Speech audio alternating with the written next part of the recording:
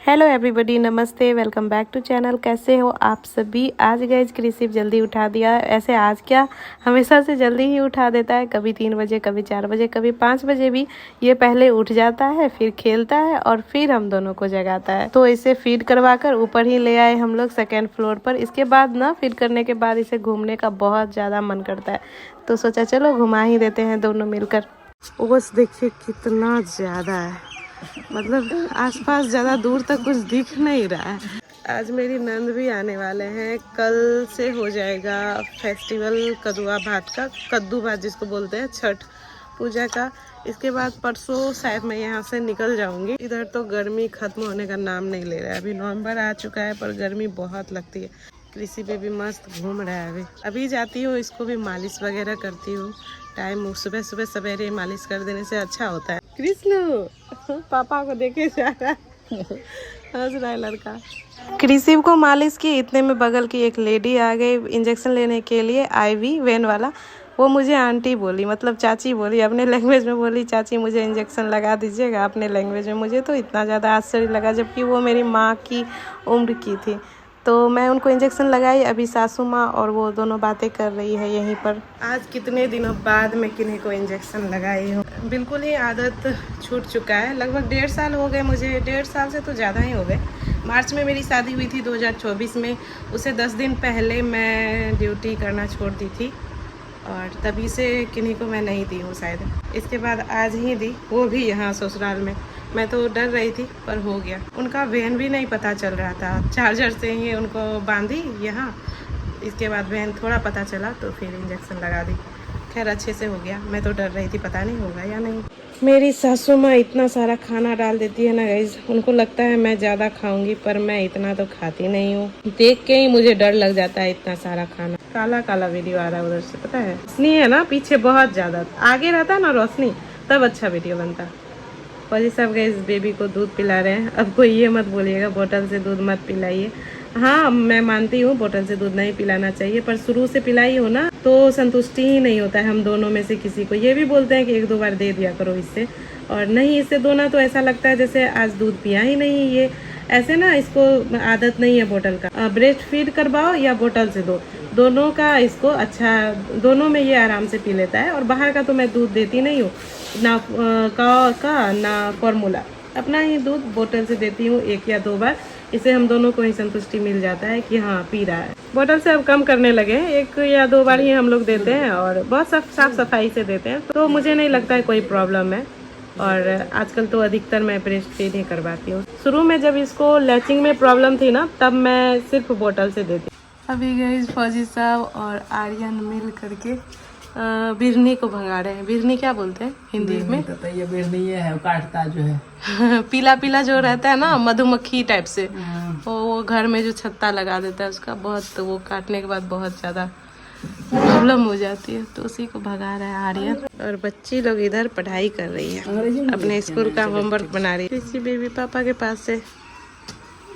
ए कृषि, आप भी। कृषि बाबू को राजा के जैसे सुलाया जाता है घर में। ब्लैंकेट इतना मोटा सा लगा दिए, जग भी रहा है। इतना मोटा सा ब्लैंकेट के ऊपर कृषि को सुलाते हैं। कृषि के पापा कृषि को सुला करके गए बिजली भगाने के लिए। जैसे ही वो निकले दरवाजा सटा करके, ये आराम से उठ करके खेल रहा है।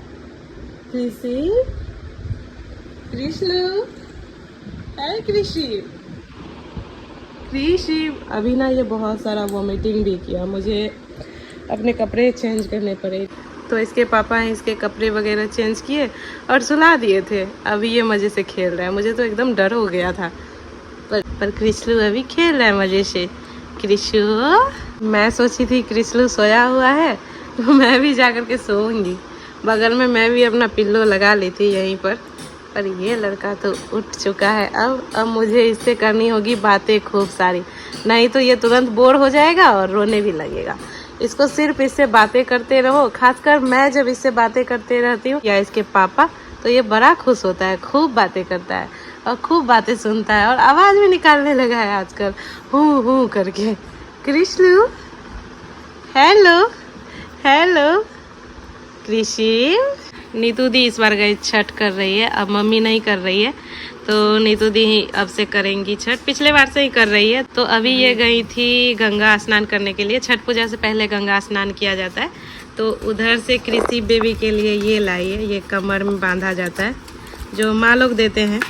तो ये कमर में बांधेंगे कृषि के। उधर से मेरे लिए बिंदी लाई है और चूड़ी। हाँ, ये मेरे लिए चूड़ी लाई है जो लाह की चूड़ी होती है। शाम के 6 बज चुके हैं पर अभी भी ये लोग नहीं आए हैं, मेरी नंद लोग। देवर जी तो गए थे सवेरे ही लेने के लिए।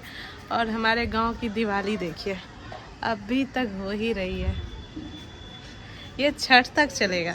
कृषि बेबी मस्त अपने भाई बहनों के साथ खेल रहा है। मैं इसको स्नान करके ऐसे ही लेटा दी थी, जग गया ये लड़का। कृष्णु हेलो। कृषि की गई बुआ आ गई और उनकी है ये बेटी तन्नू। तन्नू है, कितनी बड़ी हो गई। जब मैं शादी करके आई थी ना जिस टाइम में ये उस चल लेती थी, गोद में थी, लेकिन तन्नू अभी खुद से चल के आई है ऊपर। कृषि को भी ले चलती हूँ अपनी बुआ से मिलने के लिए। कृषि भी पहली बार अपनी बुआ से मिलेगा। मिलिएगा इस कृषि की बुआ से, बड़ी बुआ से। मेरे से छोटी है, इनसे छोटी है पर बड़ी बुआ है। और उनके फूफा जी चेहरा तो दिखाई दे रहा टोपी से सर ढके हुए हैं एकदम से। कृषि भी मस्त अपने फुआ के पास है, बिल्कुल भी मतलब रो नहीं रहा है, ऐसे ये किसी की गोदी में रह लेता है। तन्नू इधर देखो। कृषि गाइस मौसी के पास है और उसकी फुआ कृषि के लिए कपड़े लाई है। देखिए शर्ट पैंट चाहिए, हाँ लाल लाल। नज़दीक से देखिए, मुझे तो बहुत पसंद आया रेड। कृषि रेड पहली बार कोई कपड़े पहनेगा।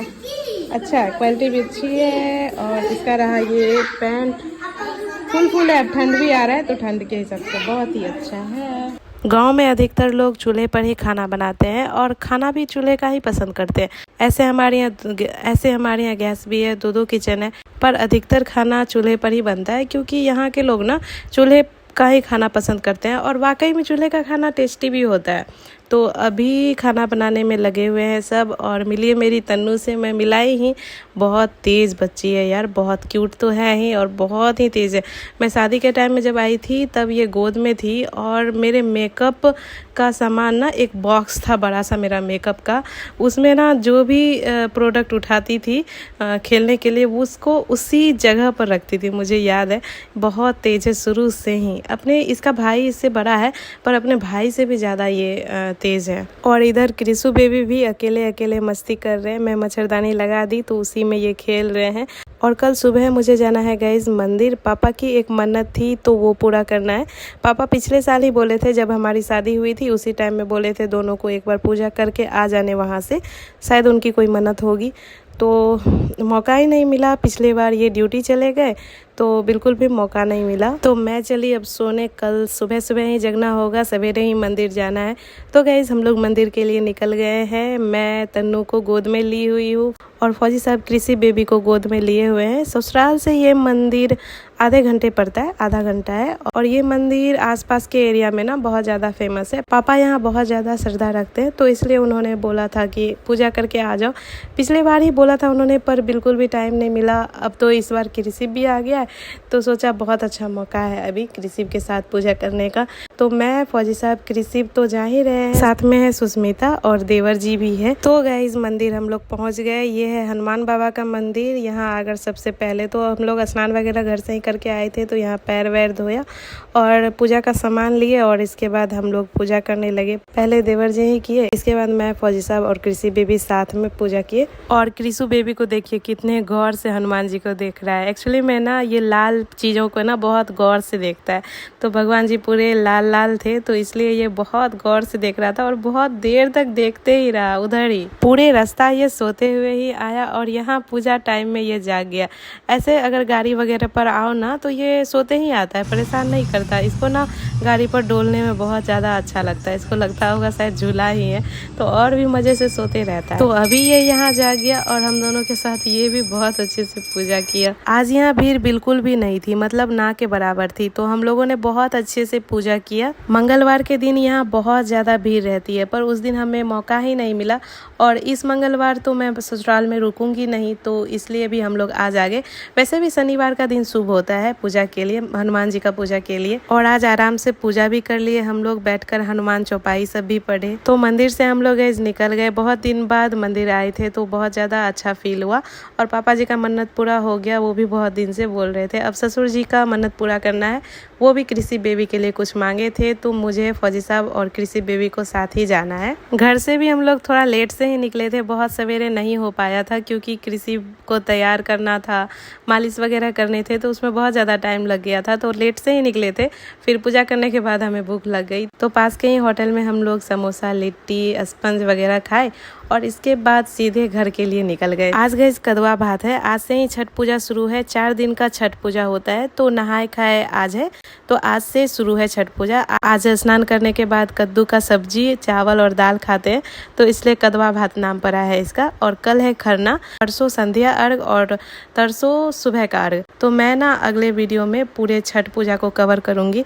और कल तो मैं जा भी रही हूँ यहाँ से, तो मिलती हूँ अगले वीडियो में। तब तक अपना ख्याल रखना, bye bye, take care, Radhe Radhe.